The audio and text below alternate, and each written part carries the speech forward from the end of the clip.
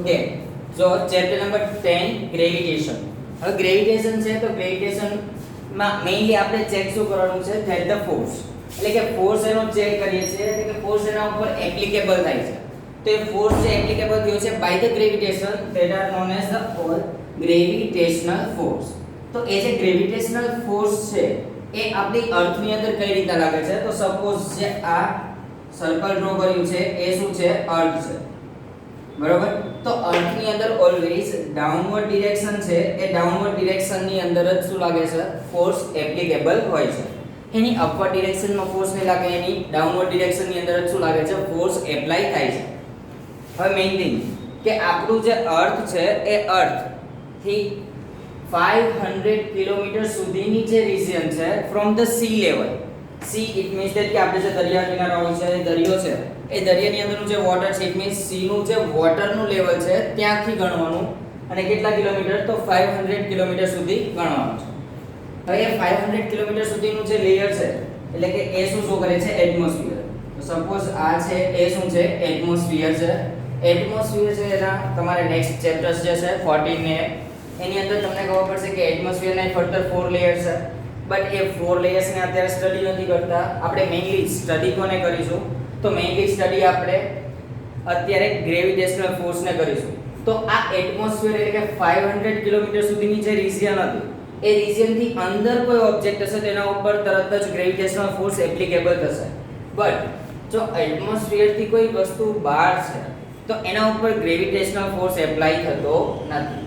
Suppose આ મારી પાસે મૂન છે, તો આ મૂન છે એ મૂનની ઉપર હું ગ્રેવિટેશનલ ફોર્સ એપ્લાય થશે એવું કહીશ તો એ પોસિબલ નથી, બીકોઝ મૂન છે તો એ એટમોસ્ફિયર થી બહાર છે. સો એમના વચ્ચે જે ફોર્સ લાગશે કેવો હશે, મેગ્નેટિક ફોર્સ લાગશે. બટ ગ્રેવિટેશનલ ફોર્સ છે, ગ્રેવિટેશનલ ફોર્સ એના ઉપર એપ્લિકેબલ થતો નથી.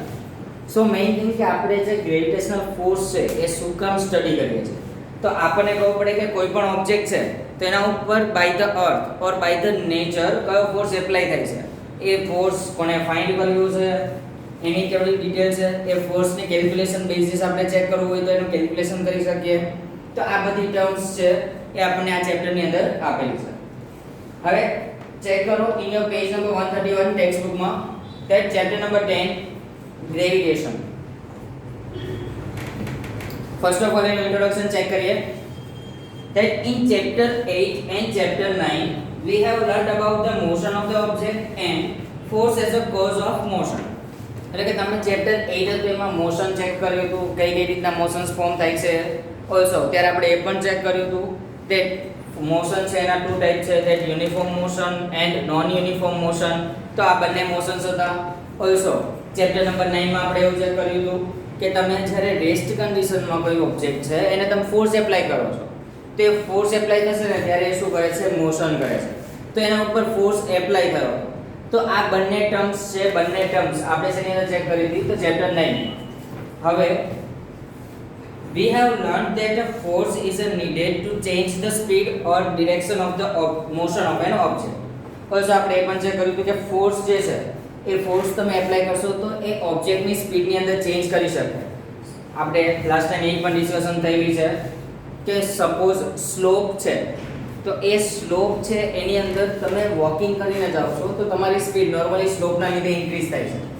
બટ એ જ સ્લોપ છે એની પાછળથી કોઈ તમારો ફ્રેન્ડ અહીં તમને ધક્કો મારે છે, એટલે કે તમારા ઉપર એને ફોર્સ એપ્લાય કર્યો, તો તમારી સ્પીડ તો સ્લોપના લીધે ઇન્ક્રીઝ થતી હતી, પણ એ ધક્કો માર્યો એટલે એની સ્પીડ થોડી વધારે ઇન્ક્રીઝ થાય છે.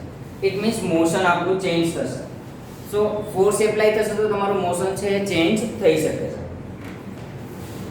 also direction પણ ચેન્જ થાય છે. and we always observe that an object dropped from a height fall toward the earth. Normally આપણે કોઈ પણ ટેરેસ ઉપરથી તે એક સપોઝ સ્ટોન છે એને એઝ ઇટ ઇઝ મૂકી દઈશું તો પણ એ ડાઉનવર્ડ ડિરેક્શનની અંદર જ મૂવ કરે છે. ઇટ મીન્સ કે ત્યાં પણ કોઈ ફોર્સ છે એપ્લિકેબલ થતો હોય છે. we know that all the planets go around the sun. આપણને ખબર છે ઇન સોલર પેનલ અથવા તો સોલર સિસ્ટમ છે આપણી આખી, એ સોલર સિસ્ટમની અંદર મેઇનલી સનની આજુબાજુમાં એના બધા પ્લેનેટ છે શું કરે છે, રોટેશન ફોર્મ કરે છે. The moon goes around the earth. Moon છે એ અર્થની આજુબાજુમાં રોટેટ કરે છે. In all these cases એટલે અત્યાર સુધી આપણે જેટલા પણ કેસીસ ચેક કર્યા છે બધા જ કેસીસમાં there must be some force acting on the object, એટલે કે બધા કોઈ પણ ઓબ્જેક્ટ એના ઉપર કોઈ somehow ફોર્સ છે શું થાય છે એપ્લિકેબલ થાય છે. and the planet and the on the moon હોય પ્લેનેટ હોય કે કોઈ ઓબ્જેક્ટ હોય કે જે આપણે ટેરેસ ઉપરથી નીચે નાખ્યો છે તો આ બધા ઉપર શું થાય છે તો બધા ઉપર મેઇનલી કોઈ એક ફોર્સ છે એ ફોર્સ ત્યાં એપ્લિકેબલ થાય છે. હવે જો તમને એક સાયન્ટિસ્ટ આપ્યો છે તે આઇઝેક ન્યૂટન could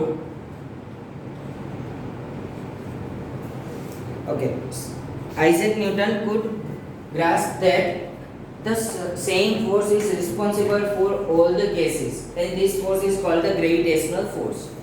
એટલે કે મેઇનલી જે આઇઝેક ન્યૂટન હતો એ આઇઝેક ન્યૂટને શું કર્યું તો એને આ બધા જ એક્ઝામ્પલ્સ વિચાર્યા અને બધા એક્ઝામ્પલ્સ વિચારીને એવું કીધું કે આ બધા ઉપર એક જ ટાઈપનો ફોર્સ એપ્લિકેબલ છે અને એ જે એક જ ટાઈપનો ફોર્સ એપ્લિકેબલ હતો એ ફોર્સ કયો છે તો આપણો ગ્રેવિટેશનલ ફોર્સ છે. એ ગ્રેવિટેશનલ ફોર્સ ત્યાં શું થાય છે એપ્લાય થાય છે. In this chapter we shall learn about the gravitation and the universal law of gravitation. એટલે કે આપણાની અંદર ગ્રેવિટેશનની ડિટેલ પણ લેવાની છે. ઓલસો જે યુનિવર્સલ લો છે ફોર ધ ગ્રેવિટેશન એને પણ યુઝ કરીશું. And we shall discuss the motion of object under the influence of gravitational force on the earth. એટલે કે gravitational force on the earth જે એપ્લિકેબલ છે એના થ્રુ કઈ રીતના મોશનની અંદર વેરિએશન શો થાય છે. We shall study how the weight of a body varies from place to place. તો જો આ પ્લેસ ટુ પ્લેસ તમારો વેઇટ છે ચેન્જ થઈ શકે પણ માસ છે ને ચેન્જ ના થાય. બરોબર ઓલરેડી આઈ થિંક આપણે જ્યારે ડાઉટ સોલ્વિંગ ચાલતું હતું ત્યારે તો એક ક્વેશ્ચન પૂછ્યો તો difference between mass and weight. તો એનો આન્સર તમને અહીંયાથી જ મળી જશે કે માસ છે તો એ માસની વેલ્યુ ઓલવેઝ ફિક્સ જ હોય. બરાબર એ કોઈ પણ પ્લેસ પર જાઓ એનો માસ ફિક્સ રહેશે બટ એનો વેઇટ છે એ ચેન્જ થશે. અને વેઇટ ચેન્જ શું કામ થાય છે કારણ કે બધી જ પ્લેસ ઉપર ગ્રેવિટેશનલ ફોર્સની વેલ્યુ કેવી મળે છે આપણને ડિફરન્ટ વેલ્યુઝ મળે છે. And we shall also discuss the condition for object to float on in a liquid. Also આપણે ત્યાં એક પ્રિન્સિપલ છે આર્કિમિડીઝ પ્રિન્સિપલ કે એ પ્રિન્સિપલ વાઇઝ એવું પણ કહેશું કે કોઈ પણ લિક્વિડ છે કે કોઈ સોલિડ છે તે ફ્લોટ કરે છે તો ફ્લોટ કઈ રીતના થાય છે આ ફ્લોટ થવા માટેનું રીઝન શું છે એ બધી વસ્તુઓ પણ આપણે ત્યારે ચેક કરીશું. ઓકે હવે આ હતું ને ટોટલી ઇન્ટ્રોડક્શન હતું કે ગ્રેવિટેશનલ ફોર્સની અંદર શું ભણીશું એક્ચ્યુઅલી જે ફોર્સ લાગે છે કયો છે કયા સાયન્ટિસ્ટે આપ્યો છે એ.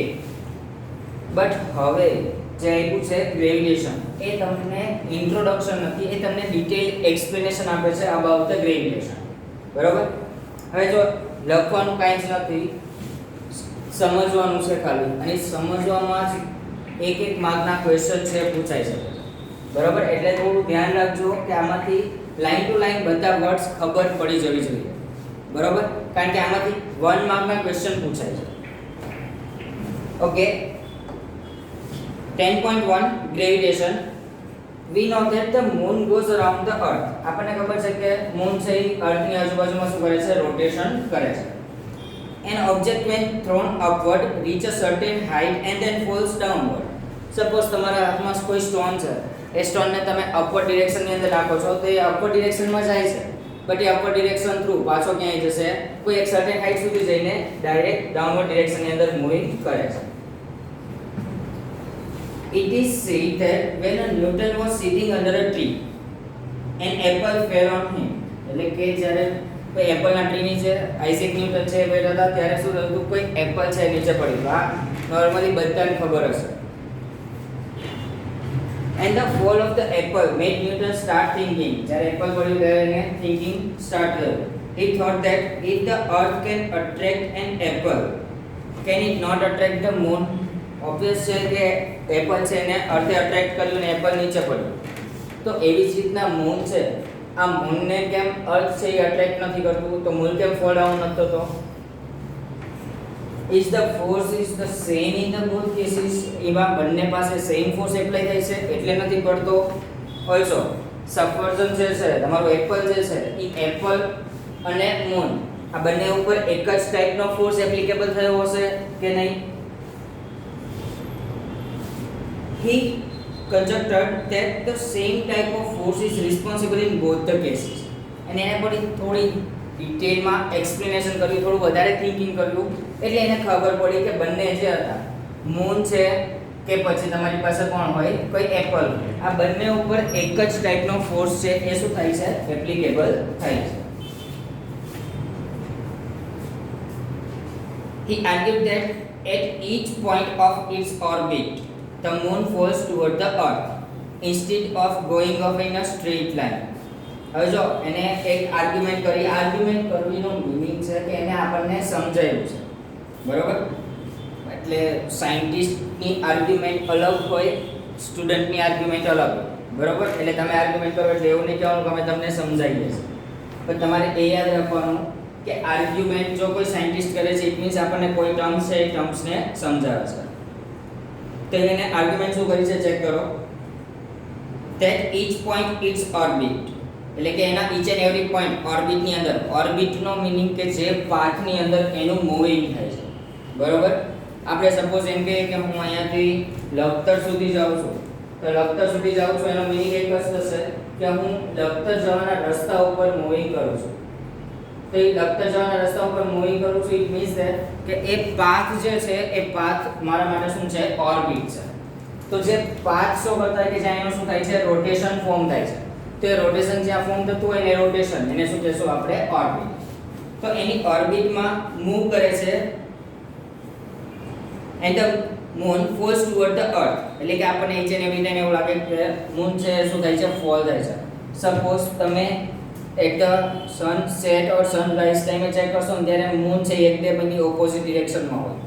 હવે એની ઓપોઝિટ ડિરેક્શનમાં મૂન શો થાય છે તો એ એક જ વસ્તુ શો કરીને આપે કે જ્યારે પણ સનરાઈઝ થશે ત્યારે મૂન છે એનું શું થઈ જશે, મૂન સેટ થશે. હવે જ્યારે મૂન રાઈઝ થાય છે ત્યારે સન શું થશે, સેટ થશે.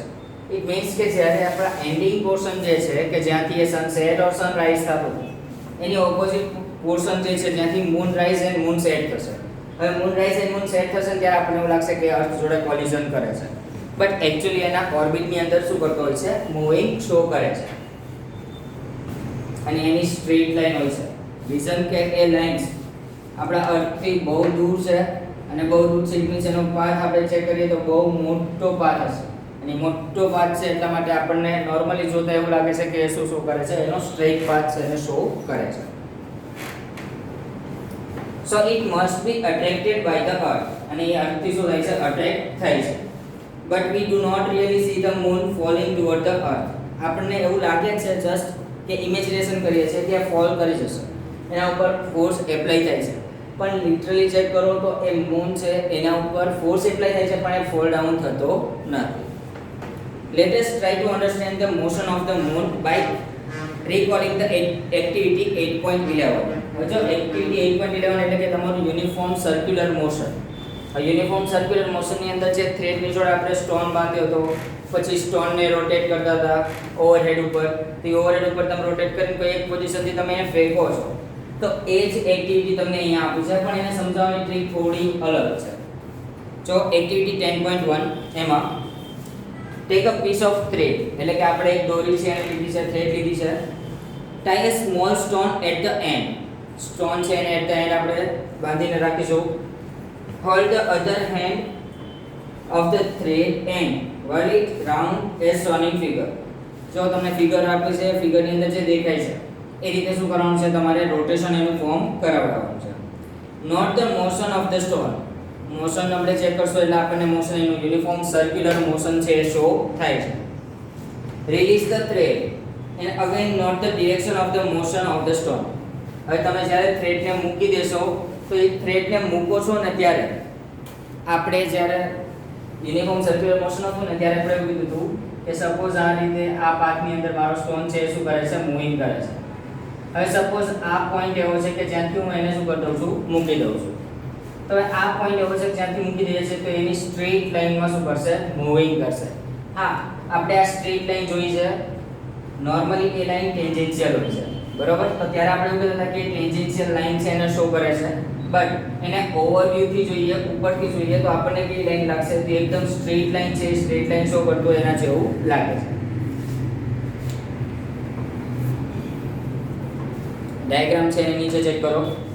Before the thread is released, the stone moves in a circular path with a certain speed and changing its direction at every point. એટલે કે નોર્મલી મારો સ્ટોન મેં અહીંથી રિલીઝ કર્યો, તે રિલીઝ કરીશ ને ત્યારે ઈચ એન્ડ એવરી પોઈન્ટ પાસે એનો એંગલ ચેન્જ થશે અને ઈઝીલી ક્યાં આવે છે, ડાઉનવર્ડ ડિરેક્શનની અંદર મૂવિંગ કરે છે. And the change is in the direction involves the change in velocity or acceleration.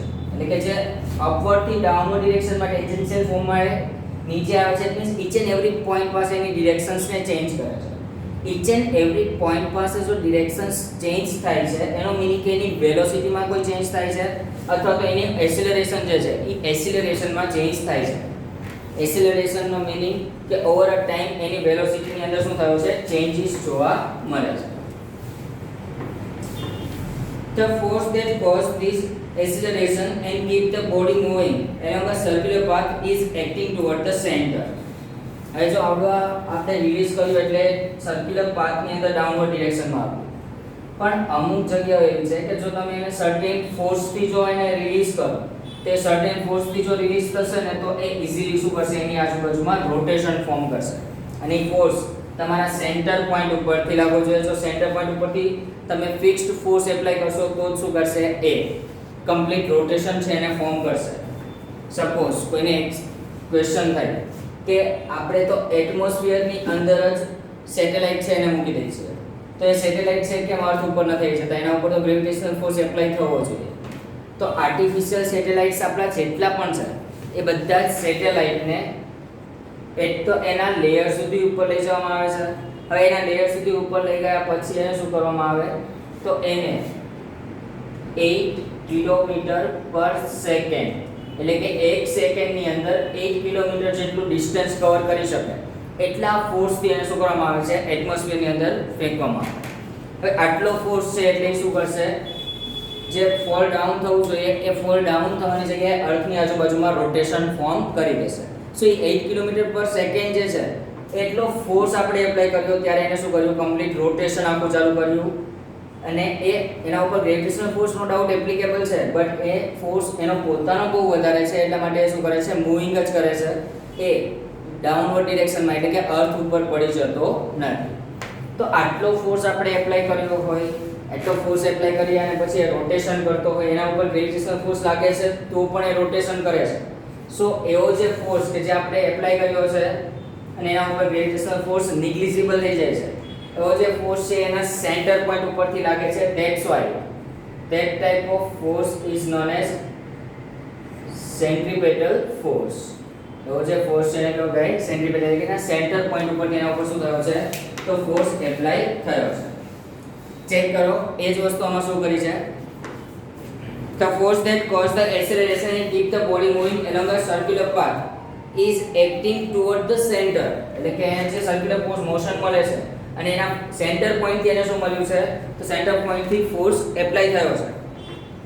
Then this force is called the centripetal force. એટલે કે એવો જે ફોર્સ છે એને શું કહેશું, સેન્ટ્રીપેટલ, કે જે એના સેન્ટર ઉપરથી લાગ્યો છે. હવે આપણી એક્ટિવિટી છે ને એક્ટિવિટીની ડાયાગ્રામ છે એને ચેક કરો. એક્ટિવિટીની ડાયાગ્રામ છે ને એમાં કોઈ બોય છે, એ બોય પોતાના હાથ ઉપર એક કોઈ થ્રેડ છે એને લઈને ગોળ ગોળ ફેરવે છે.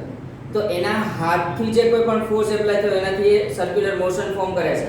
તે જે હાથ છે એના માટે સેન્ટર પોઈન્ટ થઈ ગયો અને સેન્ટર પોઈન્ટ છે, સેન્ટર પોઈન્ટ થ્રુ તમે જ્યારે રોટેશન ફોર્મ કરાવો છો તો એના ઉપર જે ફોર્સ એપ્લિકેબલ થયો છે જે સ્ટોન ઉપર, એ સ્ટોન ઉપરનો જે ફોર્સ એપ્લિકેબલ થયો છે તો સેન્ટ્રીપેટલ ફોર્સ એના ઉપર એપ્લિકેબલ થાય છે.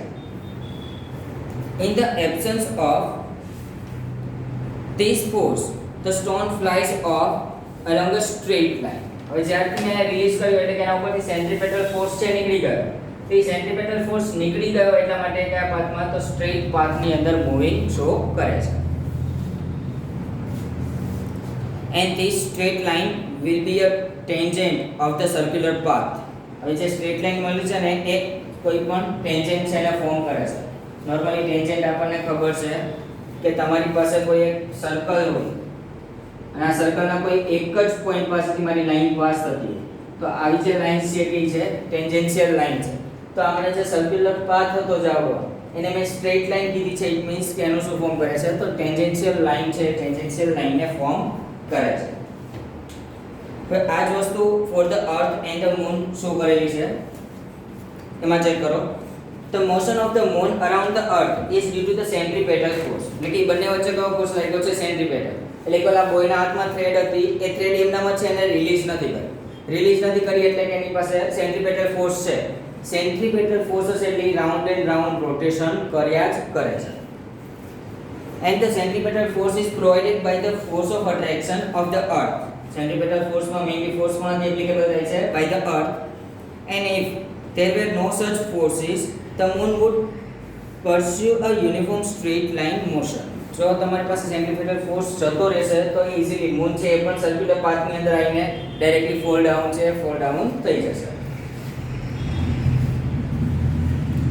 It is seen that the falling apple is attracted toward the earth. Falling apple છે તો attracted toward the earth થયો છે. Does the apple attract the earth?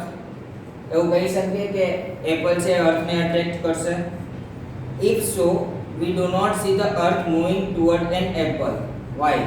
જો થતો હોય તો આપણે પણ એવું એપ્લિકેબલ કરી શકીએ કે જે એપલ છે એની આજુબાજુમાં તમારી અર્થ છે શું કરવી જોઈએ? રોટેશન કરવી જોઈએ.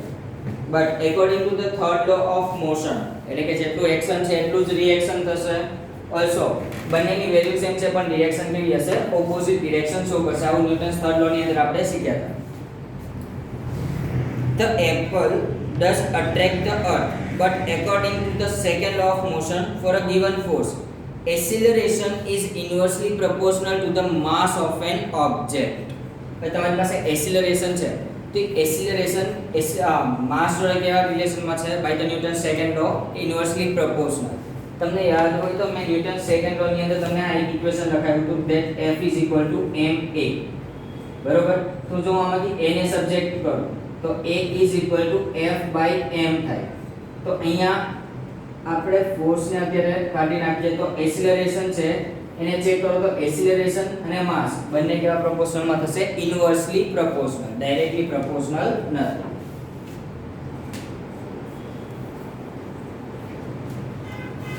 And the mass of an apple is negligibly small compared to that of the earth. બંને પાસે ફોર્સ તો લાગે છે પણ જે એપલ નો ફોર્સ છે એની સાઈઝ નાની છે, એનો પોતાનો માસ ઓછો છે. સો એનો ફોર્સ કેવો હશે? નેગ્લિજિબલ હશે કમ્પેર ટુ અર્થ, કારણ કે અર્થ નો માસ બહુ જ વધારે છે. So we do not see the earth moving toward the apple. Extend the same argument for why the earth does not move toward the moon.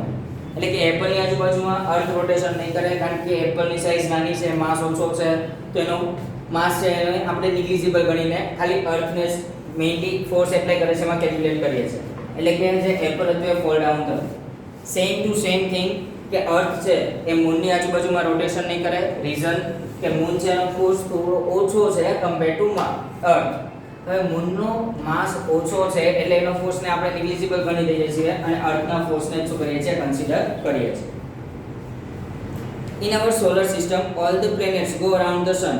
By arguing the same way, we can say that there is the existence of a force between the sun and the planet. એટલે કે સન પાસે અને planet પાસે બંને પાસે force apply થશે પણ ત્યારે સનનો ફોર્સ બહુ જ વધારે હશે, અર્થનો ફોર્સ સાવ અથવા તો જે પ્લેનેટ્સ છે ટોટલી 9 to 9 આ બધા જ પ્લેનેટનો ફોર્સ ઓછો છે એટલા માટે એની આજુબાજુમાં શું કરે છે? રોટેશન ફોર્મ કરે છે. From the above fact, Newton conclude that not only does the earth attract an apple and the moon, but all the objects in the universe attract each other.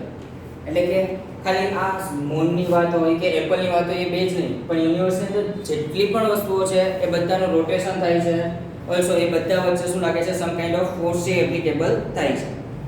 And this force of attraction between the object is called the gravitational force. એટલે કે જે ઓબ્જેક્ટો વચ્ચે by the gravitation જે કોઈ પણ force apply થયો છે that force is known as gravitational force. બરાબર? ભાઈ આ આખી થિયરી છે અબાઉટ ધ ગ્રેવિટેશન એટલે કે સિમ્પલ ઇન્ટ્રોડક્શન વાઇઝ તમને સમજાવે છે.